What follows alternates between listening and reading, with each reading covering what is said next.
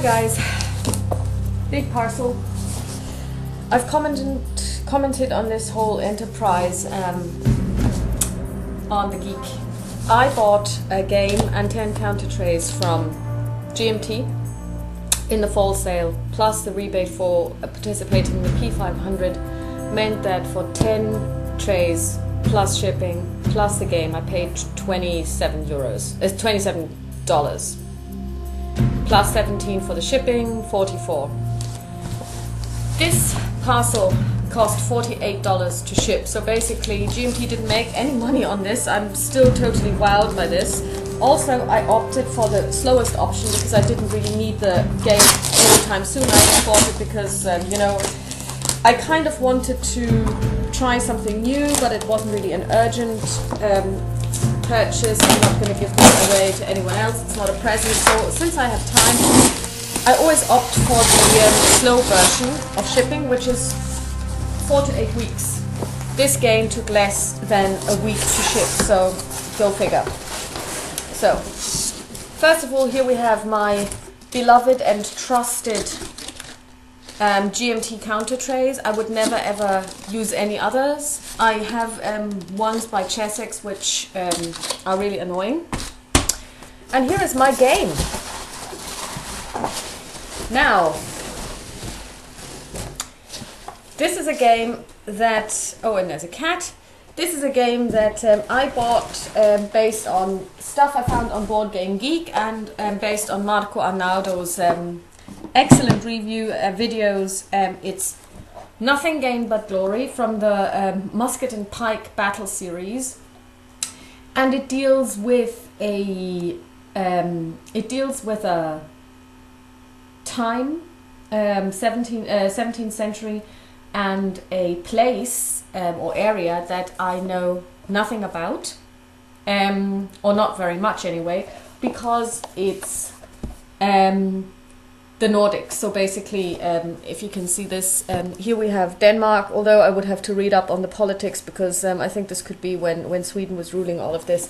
Of course, being German, I know a lot about the time from 1680 to 1648, which was of course the 30 Years' War, and these battles happened afterwards. So this is not the 30 Years' War, just in case you were wondering.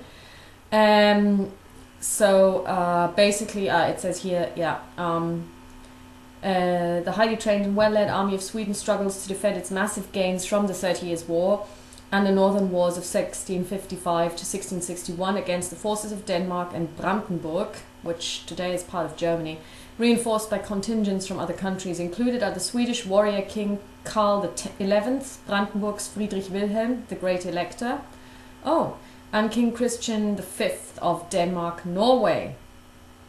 So I'm really looking forward to this. Those of you who have watched my videos know that I always play solo, so the solo suitability is 6 out of 10, so that should be fine. Complexity is medium, 5 out of 10.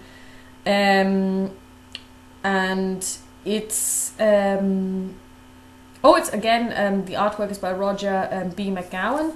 I'm just going to do a brief unboxing to look at the components. Yeah. Like I said, I cannot get over the fact that, and in addition to, you know, the money that I paid for this, there wasn't a fall sale on, and I basically went and looked at the games and I ordered this, and then I realized, looking at the information on the webpage after I'd ordered a little more closely, I realized that having participated in the P500 for a game that is going to be shipped, I think, towards the end of this month, I was also entitled to 50% off. But I hadn't put this in, so I wrote them an email saying, well, you know, I think I'm entitled to this due to this, you know, P500 business. Is there a way we could deduct 50% from this order? And I thought that they were going to say, oh, well, no, sorry, because the order's already been processed, and that would have been totally fine. I would have just ordered my next game and put it in. And then, unfortunately, my cat just walked on the keyboard and switched off the recording. That's fine. Anyway, they said, sure, no problem, we're going to deduct the price, the 50%, which I thought was amazing. And then when I saw the actual shipping cost, which I still can't get over because this is actually quite a light box. This whole thing weighs certainly less than 2 kilograms. I have no idea what's going on with the shipping costs these days. They are just crazy. So basically, first of all, a close look at the box. I really like the drawing. Very nice box.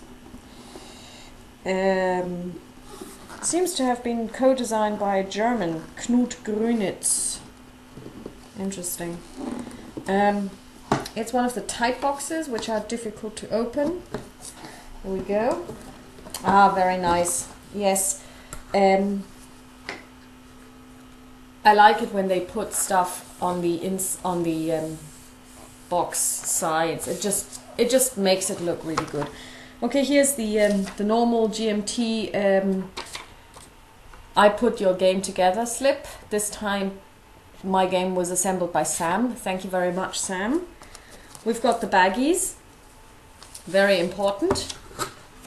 I will replace all of this by counter trays. The rulebook for the Musket and Pike series clocks in at 32 pages. Oh, there's errata.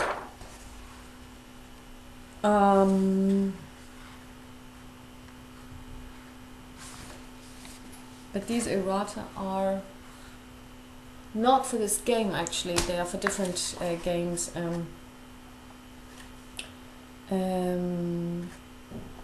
Yeah, with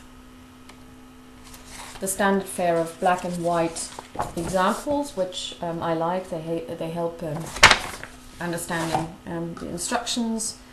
Here we have counter sheets. 1, 2, and 3. I don't know anything about the battle system or the command system, so this is going to be new, but I like this. I like learning new things. They look really nice.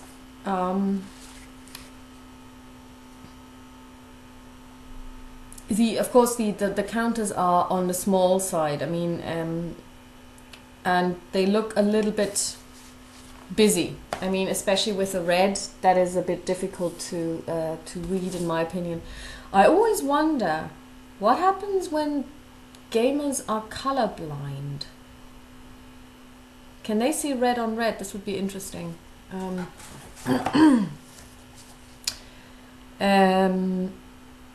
Yeah, but the die cut is very good. Looks perfect.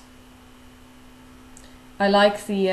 I mean, it's probably not going to come out with this really bad camera that I'm using, but the actual portraits of the leaders are really, really good. They are very detailed, although the counters are small. So kudos. I really like this. I really like the attention to detail that GMT have in their games. Oh, and here we have the maps, and they come in different colors. Okay, so here we have Lund. And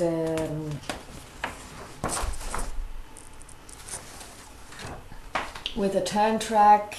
Oh yes, and I like it. I like it when they put the map key on the map.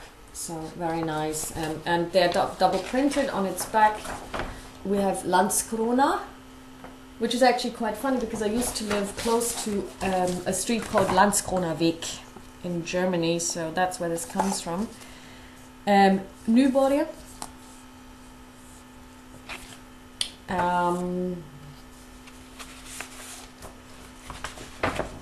Warksow, Halmstadt. Very nice. So you also have half maps. And then we have Malmö, which is, oh, it's a city. Obviously it's a city scenario, probably a siege scenario. There you go. Very, very nice. I really like it. I really like the maps. Very, very, very nice. Very, very, very nice. Then we have the Playbook 1. Battles of the Scanian War, Nyborg, Fehrbellin, Halmstad, Lund, Malmö, Landskrona and Warsaw. Warsaw doesn't seem to be in Sweden. Your D10. And this is something, notes and bonus scenarios. Oh,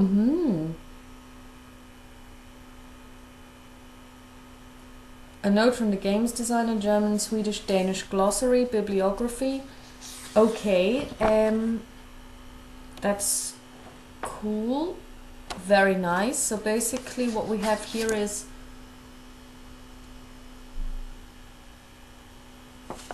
there's a bonus scenario called Nyborg, November 24th, November 14th, eastern side of the island of Fyn in Denmark.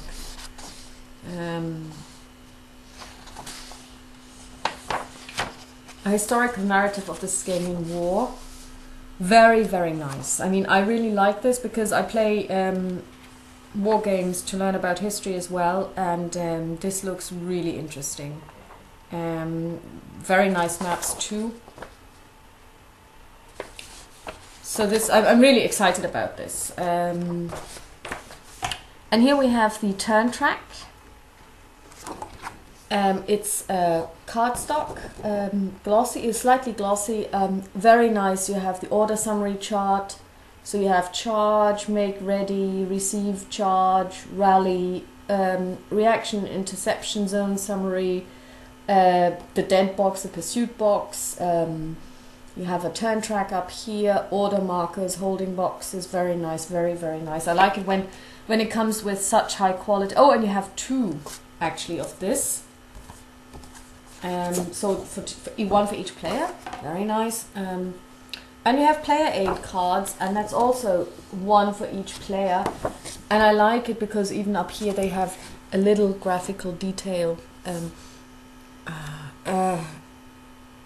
I mean, who is the art director on this? Is it Roger McGowan? Yeah. I mean, I've said it elsewhere, I really like GMT games. I haven't had a single GMT game that I didn't like, and I've played different types of games by GMT. There are some that I like better than others. Iran wasn't on the top of my list, but that was probably me and not the game. But what I find in all of the games is the high production quality. And also, of course, the excellent customer service. You can go online to their website, download errata, download all kinds of additional information. So I'm really looking forward to this. This is going to take some time for me to play because I'm still in the Vietnam theater, and I'm going to start on in-country Vietnam by strategy and tactics today. I've got 3 days in a row because Monday is a day off for me. So I hope to make good progress there. And then next is A Week in Hell, the Battle of Hue. And then it's probably almost going to be 2014. And of course 2014 marks the 100th anniversary of the beginning of the First World War. And I'm going to start off the year by commemorating this event by playing a couple of World War I games. So I've got Soldiers by SNT, and I've also got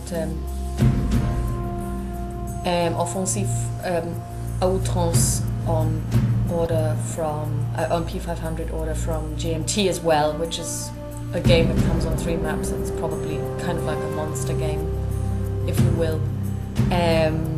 So the beginning of next year, the first couple of months, will be World War I. So thanks very much for listening, and see you soon. Bye bye.